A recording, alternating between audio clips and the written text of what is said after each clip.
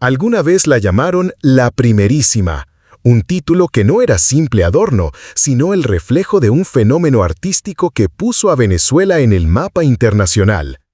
Con vestidos de plumas, coreografías que parecían sacadas de Broadway y una voz capaz de estremecer tanto en un teatro de Caracas como en el Festival de San Remo, Mirla Castellanos fue durante décadas sinónimo de modernidad, glamour y triunfo. No era solo una cantante, era un espectáculo completo, la artista que rompía moldes en un país pro. Sin embargo, el tiempo, que no perdona ni a las leyendas más luminosas, fue apagando los reflectores. Los amigos de toda la vida comenzaron a faltar, los escenarios se hicieron más escasos y el público joven giró hacia géneros que nada tenían que ver con la orquestación majestuosa que ella encarnaba. Hoy, con más de 80 años, la mujer que representó la cima del arte venezolano vive entre recuerdos gloriosos y silencios dolorosos. La pérdida de su esposo, la fragilidad de su salud y la pregunta inevitable. En esta historia vamos a recorrer su vida como pocas veces se ha contado, desde la niña abandonada por su padre hasta la diva que conquistó Europa, desde las rivalidades ocultas hasta las pérdidas más íntimas. Porque detrás del mito de la Primerísima late una verdad mucho más humana y conmovedora. Mirla Josefina Castellanos Peñalosa nació en 1941 en Valencia, capital del estado Carabobo, en un país profundamente conservador, donde las mujeres tenían pocas oportunidades de abrirse camino fuera del hogar. Su llegada al mundo estuvo marcada por una herida temprana, el abandono de su padre biológico, que se marchó cuando ella era apenas una niña. Esa ausencia no solo fue física, también se convirtió en un silencio doloroso que la acompañaría toda la vida. Su madre, Carmen Aurora Peñalosa, tuvo que rehacer su destino y se casó con Pedro Castellanos, un barbero de Yaracuy, que dio su apellido a la pequeña Mirla y le ofreció cierta estabilidad dentro de un hogar modesto. Pero la niña jamás olvidó que había sido rechazada por la figura paterna y ese vacío se transformó en una fuerza interior, demostrar al mundo que ella valía, que merecía ser vista y aplaudida. Carmen Aurora fue más que madre, fue su primera representante, su estilista improvisada y la promotora incansable que la empujó al escenario. Con recursos escasos pero con ambiciones inmensas, confeccionaba vestidos con lo poco que tenía y la llevaba a cantar en programas infantiles de Radio Valencia y La Voz de Carabobo. Para la pequeña, esos micrófonos fueron la primera probadita de escenario. En casa, Mirla encontraba su propio teatro frente al espejo, imitando a la gran Lola Flores, copiando gestos y carisma con una seriedad sorprendente para su edad.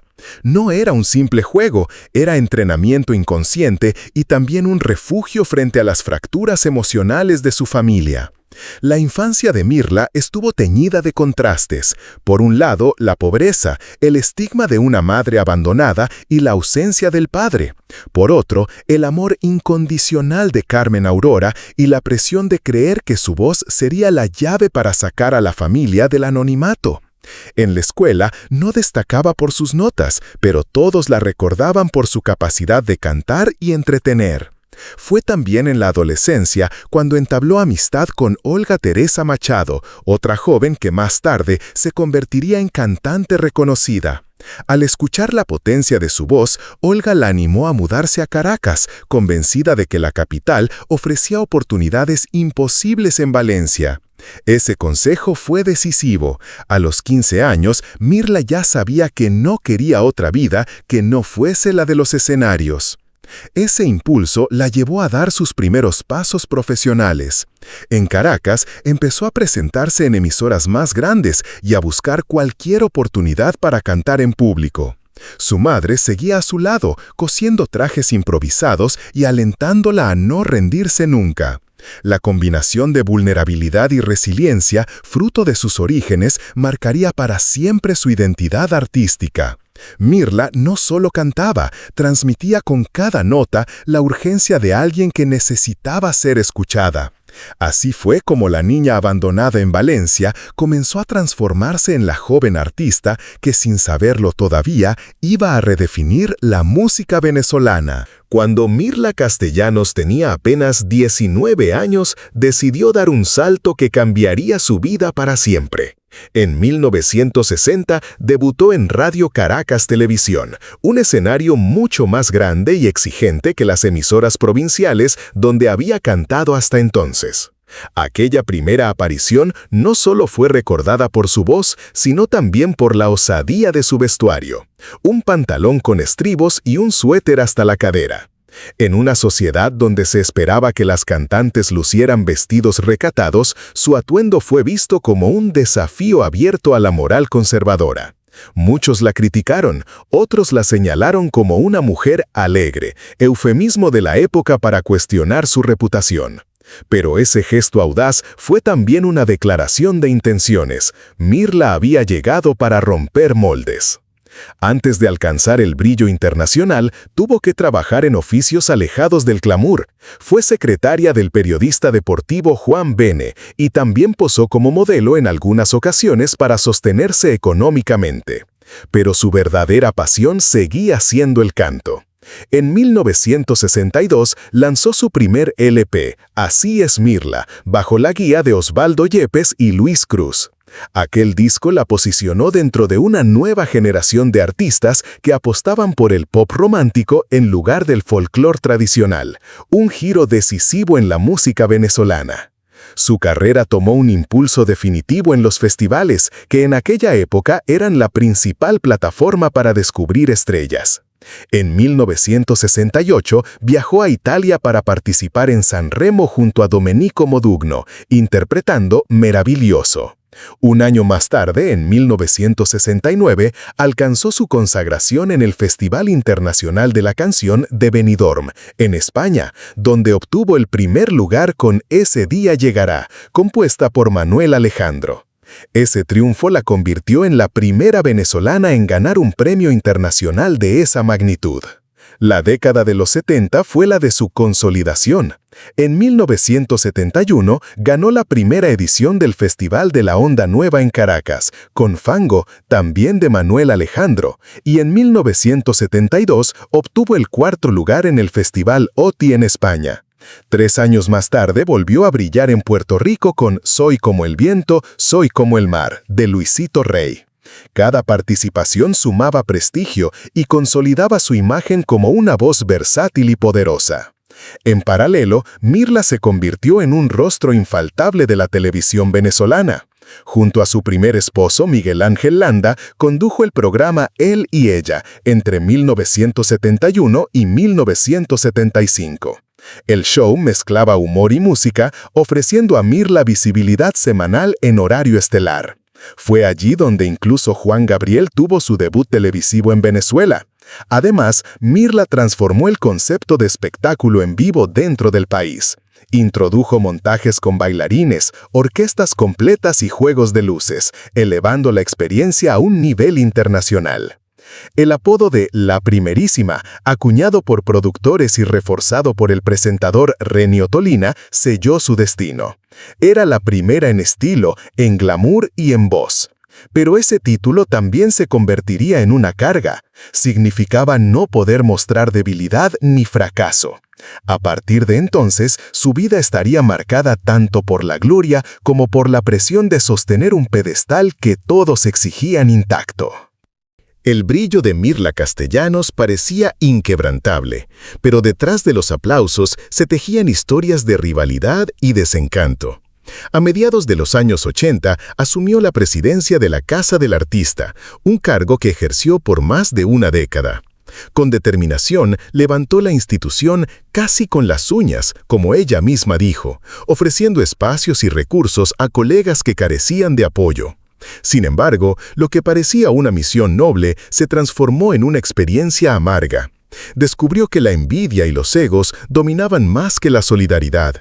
Quienes alguna vez llamó compañeros terminaron siendo detractores que le negaban reconocimiento. Años después, confesaría que esa etapa fue la gran desilusión de su vida porque le mostró el rostro más ingrato del mundo artístico. En 1995 tomó otra decisión arriesgada, lanzarse como candidata a la alcaldía de Baruta, un municipio clave de Caracas. Su popularidad y prestigio la hacían creer que podía inspirar cambios sociales más allá del escenario.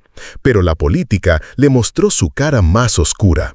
Terminó en tercer lugar, lejos de los favoritos, y con el alma herida por la manipulación, los ataques y las negociaciones de pasillo.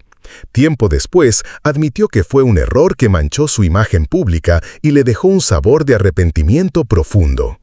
Hubo también oportunidades que se esfumaron casi por accidente. Una noche, en la intimidad de su casa, Juan Gabriel se sentó al piano y le mostró varias canciones inéditas. Le pidió que escogiera una para grabarla. Mirla, cautelosa, decidió guardar el momento en un cassette para estudiarlo después.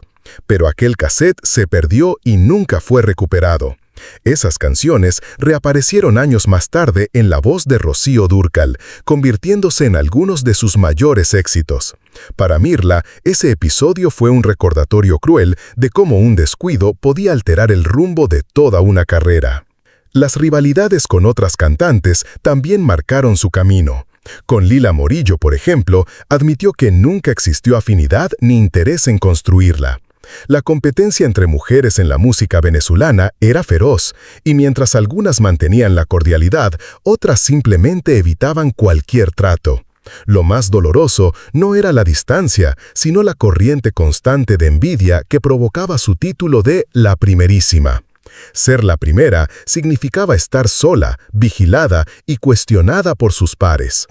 El paso del tiempo fue mostrando que, aunque Mirla acumulaba premios, ventas millonarias y apariciones televisivas, también debía cargar con cicatrices invisibles. Detrás de cada triunfo se escondían pérdidas, relaciones truncadas, proyectos que no prosperaron, colegas que no perdonaban su brillo. Esa mezcla de gloria y resentimiento ajeno fue moldeando su carácter fuerte, a veces distante, a veces orgulloso. La mujer que había conquistado Benidorm y San Remo se enfrentaba ahora a una verdad incómoda. El mismo mundo que la elevó podía volverse contra ella en cualquier momento. La vida personal de Mirla Castellanos fue tan intensa como su trayectoria artística. En 1964 contrajo matrimonio con el actor y productor Miguel Ángel Landa, uno de los rostros más populares de la televisión venezolana. Juntos formaron una pareja poderosa. Él desde la actuación y ella desde la música, compartiendo además la conducción del exitoso programa Él y Ella. De esa unión nacieron 2 hijos, Miguel Ángel y Dayana, y durante más de una década parecían inseparables. Sin embargo, la presión de la fama y la exposición constante terminó desgastando la relación. En 1976, después de 12 años, se divorciaron. Para Mirla no fue solo una ruptura sentimental, sino también el fin de uno de los capítulos más creativos de su vida. 2 años más tarde, encontró una nueva oportunidad en el amor. En 1978 se casó con el empresario español Miguel Ángel Martínez, conocido como El Gallego. No era artista, pero tenía vínculos sólidos con la radiodifusión y el mundo empresarial. Junto a él, Mirla construyó un matrimonio estable que se prolongó más de 40 años. Con Martínez tuvo a su hija Yolanda y una vida mucho más equilibrada entre lo artístico y lo administrativo. Él se encargaba de gestionar sus giras, contratos y proyectos, mientras ella mantenía el brillo en el escenario. Durante décadas fueron inseparables, hasta que en 2024 la muerte lo sorprendió en Madrid. Mirla despidió a su esposo con un mensaje desgarrador en redes sociales. «Mi amado Gallego, nunca te olvidaré». Aquella pérdida la dejó sumida en un dolor profundo que aún no ha podido superar. En total, Mirla es madre de 4 hijos, incluido su primogénito Hugo Daniel, de una relación anterior, y abuela de 3 nietos. Aunque su imagen pública estuvo marcada por el lujo y las lentejuelas, en casa siempre reivindicó su papel de madre, preocupada por el futuro de sus hijos y tratando de conciliar la maternidad con las exigencias de la fama. Esa dualidad entre diva y madre común ha sido uno de los aspectos más humanos de su vida. Con el paso de los años, la salud de Mirla se convirtió en tema de especulación. Los rumores sobre su fragilidad aparecían cada cierto tiempo, y ella respondía con humor diciendo que trabajar era su oxígeno. Sin embargo, la edad no perdona. En mayo de 2025 sufrió un incidente en Madrid cuando quedó atrapada en un ascensor. El episodio se viralizó en redes sociales. Las imágenes mostraban a una diva de más de 80 años siendo rescatada por bomberos. Para muchos jóvenes fue una curiosidad, para sus admiradores fue un símbolo. Incluso la primerísima podía estar indefensa. Hoy, retirada de los grandes escenarios, vive entre la nostalgia y la soledad. Sus contemporáneos han partido. Los programas que la hicieron famosa ya no existen. Y el público joven prefiere reggaetón o trap. Aunque en alguna ocasión se atrevió a experimentar con esos ritmos, Mirla sigue siendo un ícono de otra época. La pregunta es inevitable. ¿Qué queda de la diosa que una vez llevó a Venezuela al mundo cuando los aplausos ya se apagaron? Después de más de 6 décadas en los escenarios, Mirla Castellanos sigue siendo un nombre imposible de borrar en la historia musical de Venezuela. Su legado está escrito en los festivales que conquistó, en los programas que marcaron época y en los millones de discos que llevaron su voz a distintos rincones del mundo. La primerísima no fue solo una artista, fue un símbolo de modernidad, de valentía y de la capacidad de un país pequeño para brillar en vitrinas internacionales. Sin embargo, el presente de Mirla está marcado por la fragilidad y la soledad. La muerte de su esposo Miguel Ángel Martínez en 2024 abrió un vacío irreparable.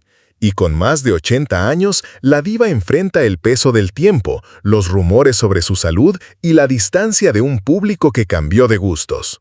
Sus colegas ya no están, las grandes producciones televisivas quedaron en el pasado, y su figura, aunque aún respetada, corre el riesgo de desvanecerse en la memoria colectiva.